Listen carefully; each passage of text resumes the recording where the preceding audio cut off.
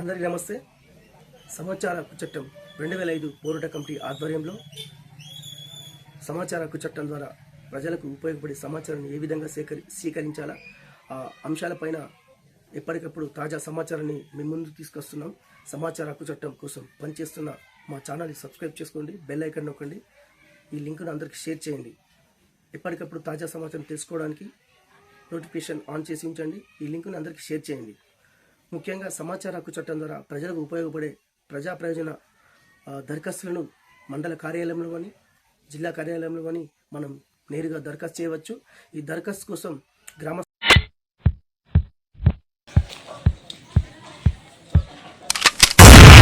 నిజామాబాద్ రూరల్లోని మనం దర్పల్లి మండలంలోని రామడుగు ప్రాజెక్టు గ్రామంలో ఉన్నాం.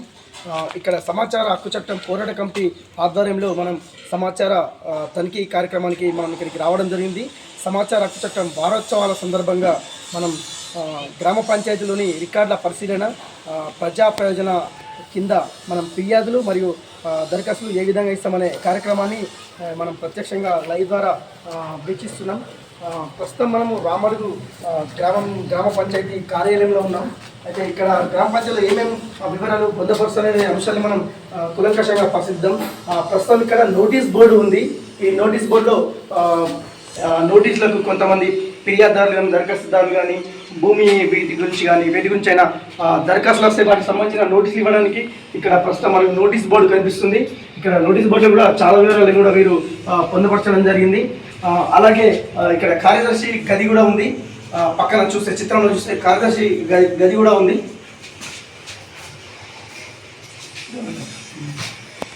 ఇక్కడ కార్యాలయంలో మనం గ్రామ పంచాయతీ కార్యదర్శికి సంబంధించిన రికార్డులు రిజిస్టర్లు కూడా మెయింటైన్ చేయడానికి ఈ విధంగా ఈ గది అనేది అద్భుతంగా ఉంది. అలాగే వీళ్ళు ఇక్కడ సీసీ కెమెరా సర్వేలెన్స్ కూడా ఏర్పాటు చేయడం జరిగింది.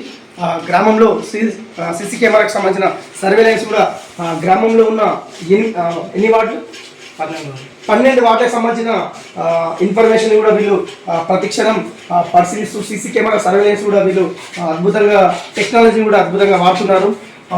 ఈ గ్రామ పంచాయతీలో ఇంటర్నెట్ అండ్ వీటికి సంబంధించిన యాక్సెసరీస్ కూడా చాలా బ్రహ్మాండంగా ఉన్నాయి.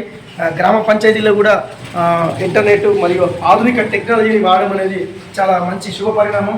అలాగే ఇప్పుడు సమావేశం సభ్యుల హాల్లో ఉన్నాం. ప్రస్తుతం ఈ సభ్యుల హాల్లోని మనం ఇప్పటి వరకు గ్రామ పంచాయతీ సంబంధించిన 2014 నుంచి మనం వివిధ రికార్డులను రిజిస్టర్లను మనం వాటిన్నింటినీ 33 రకాల రిజిస్టర్లను మనం చిత్రంలో ఇక్కడ చూస్తున్న విధంగా అన్ని రిజిస్టర్లను కూడా మనం పరిశీలన చేయడం జరిగింది. ఈ పరిశీలనలో భాగంగా ఫిర్యాదుల రిజిస్టరు అండ్ ఇంటి పన్ను register, demand register, cash book register, వీటికి సంబంధించిన ఆర్టీఏ దరఖాస్తు రిజిస్టర్, వీటన్నింటినీ కూడా మనం పరిశీలన చేయడం జరిగింది. ఇక్కడ ఉన్న సమాచారాన్ని వివరాలని మనం సెక్షన్ 2I(J)(2) కింద మనం వివరాలని కూడా ధృవీకరించి తీసుకోవడం జరుగుతుంది. వివరాలన్నింటినీ కేంద్ర సమాచార కమిషన్కు, రాష్ట్ర సమాచార కమిషన్కు కూడా మనం వెల్లడించవలసి ఉంటుంది. ఎందుకంటే సమాచార హక్కు చట్టం ద్వారా సమాచారం తీసుకోవడమే కాకుండా ఎక్కడైనా లోపాలు కానీ ఏదైనా సమస్యలు ఉన్నా కానీ ఖచ్చితంగా వాటిని గుర్తించి పారదర్శకత, జవాబుదారితనం అనే అంశాలను, అవినీతి నిర్మూలన అనే అంశాలను మనం బేస్ చేసుకుని సమాచార హక్కు చట్టం పోరాట కమిటీ ఆధ్వర్యంలో అనుక్షణం మనం ఈ దరఖాస్తుల విధానం మరియు ఫిర్యాదుల విధానాన్ని మనం ప్రతి గ్రామ పంచాయతీలో ప్రతి మండల కార్యాలయాల్లో కూడా మనం అనుసరిస్తున్నాం. కాబట్టి ఖచ్చితంగా ప్రజలకు సమాచార హక్కు చట్టం గురించి తెలియవలసిన అవసరం ఉంది. ఎందుకంటే సామాన్యులు చట్టాన్ని తెలుసుకుంటే వారి పనులు కానీ ప్రజా సంక్షేమ పథకాలు కానీ వాటన్నింటి కూడా వారి హక్కులను సాధించుకోవడానికి ఇది ఖచ్చితంగా ఈ సమాచార హక్కు చట్టం అనేది ఒక వజ్రాయుధంలో ఉపయోగపడుతుంది. ఎందుకంటే ఈ సమాచార హక్కు చట్టంతో మనం ఏమేమి కార్యక్రమాలు చేయవచ్చు, ఏమేమి సాధించవచ్చు, ఒక సామాన్యుడు సమాచార హక్కు చట్టం ద్వారా ఏ విధమైన విధానాలని విధి విధానాలను వారికి దక్కవలసిన హక్కులను కానీ ఫలితాలు కానీ ఏ విధంగా పొందవచ్చనే అంశాలను మనం సమాచార హక్కు చట్టం పోరాట కమిటీ ఆధ్వర్యంలో ఎల్లప్పుడూ మీకు అన్ని విషయాల్ని కులంకషంగా తెలియజేస్తాము.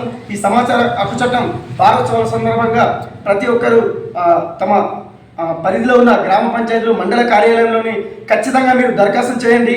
ఎందుకంటే దరఖాస్తు ద్వారా సమాచారం తీసుకోండి. మీరు తీసుకున్న సమాచారంలో ఏమైనా లోపాలు ఉంటే ఖచ్చితంగా మీరు ఫిర్యాదు చేయండి. ఎందుకంటే మనం ప్రశ్నిస్తేనే ప్రగతి కానీ పని కానీ సాధ్యమవుతుంది. మనం ప్రశ్నించకుండే ప్రగతి కానీ అది అసాధ్యమవుతుంది. కాబట్టి ఖచ్చితంగా ప్రతి ఒక్కరు సమాచార చట్టాన్ని తెలుసుకోండి, సద్వినియోగం చేసుకోండి. వచ్చిన తర్వాత మీరు ఎన్ని రోజుల్లో సమాచారం ఇస్తున్నారు ఫిర్యాదుదారులకు దరఖాస్తుదారులకు? 14 నుంచి 15 రోజులు వెయిట్ చూస్తున్నాం. దాని తర్వాత 20-25 డేస్లో వాళ్ళకి అందజేస్తున్నాం. సమాచార హక్కు చట్టం పోరాట కమిటీ 2005 ఆధ్వర్యంలో మనం ఈరోజు దర్పల్లి మండల్ రామడుగు ప్రాజెక్టు గ్రామంలోని సమాచార రికార్డుల పరిశీలన ప్రజా ప్రయోజన రాజ్యం కింద మనము గ్రామ పంచాయతీలోని రికార్డులను పరిశీలిస్తున్నాము. గ్రామ పంచాయతీలో మనం ప్రస్తుతం 33 రకాల రిజిస్టర్లను ఏ విధంగా నిర్వహిస్తున్నారు అధికారులు, ఏ విధంగా పాలన, పారదర్శకత, జవాబుదారీతనం అనే అంశాలపైన మనం సమాచార హక్కు చట్టం ద్వారా 2IJ సెక్షన్ కింద మనం రికార్డుల పరిశీలన కార్యక్రమాన్ని ఇక్కడ మనం నిర్వహిస్తున్నాము.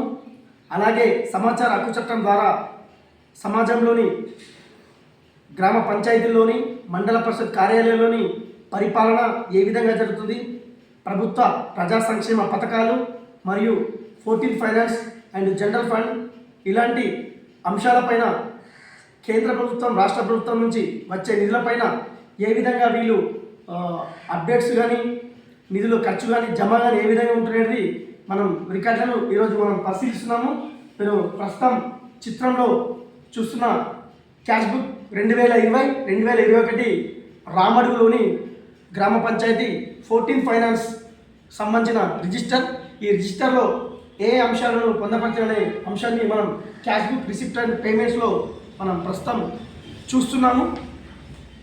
ప్రస్తుతం పేజీ స్టార్టింగ్లోని మనం 2023-24 ఆర్థిక సంవత్సరంలోని ఎస్టీఓ డీటెయిల్స్ ఆఫ్ ఎస్టీఓస్ నుంచి నిజామాబాద్ చెక్ నంబర్ గ్రామ పంచాయతీలోని బట్వాడ రిజిస్టర్ అంటే జీతభత్యాలకు సంబంధించిన బట్వాడ రిజిస్టర్ని మనం పరిశీలన చేస్తున్నాము 2025 జూన్లోని. మీ పేరేంటమ్మా? ఎస్ రాజమ్మ. మీరేనా? ఈ సంతకం మీరేనా? మీరేనా? 9,500 రూపాయలు మీకు ఇచ్చారా? జీతం ఇచ్చారా? ఇంకా రాసిరు మరి ఇచ్చిరలేదండి. అంటే ఇప్పుడు సెప్టెంబర్ వరకు వచ్చిందా మీకు జీతం? ఇంకా 2 నెలలు రావాలి. అయితే మనం ఈ రిజిస్టర్ ప్రకారం మనం పరిశీలన చేస్తే ఇక్కడ ఉన్న సిబ్బంది కూడా చెప్పడం జరిగింది. అంటే 2 months వేతనాలు అనేది ఇక్కడ ఉన్న మల్టీపర్పస్ సిబ్బందికి పెండింగ్ ఉన్నట్టుగా మనకు అర్థమవుతున్నది.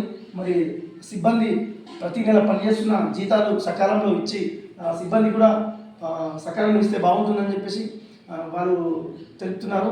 అలాగే మరి వీటికి సంబంధించిన వివరాలు కూడా వీరు చాలా వివరంగా పొందపరచడం జరిగింది.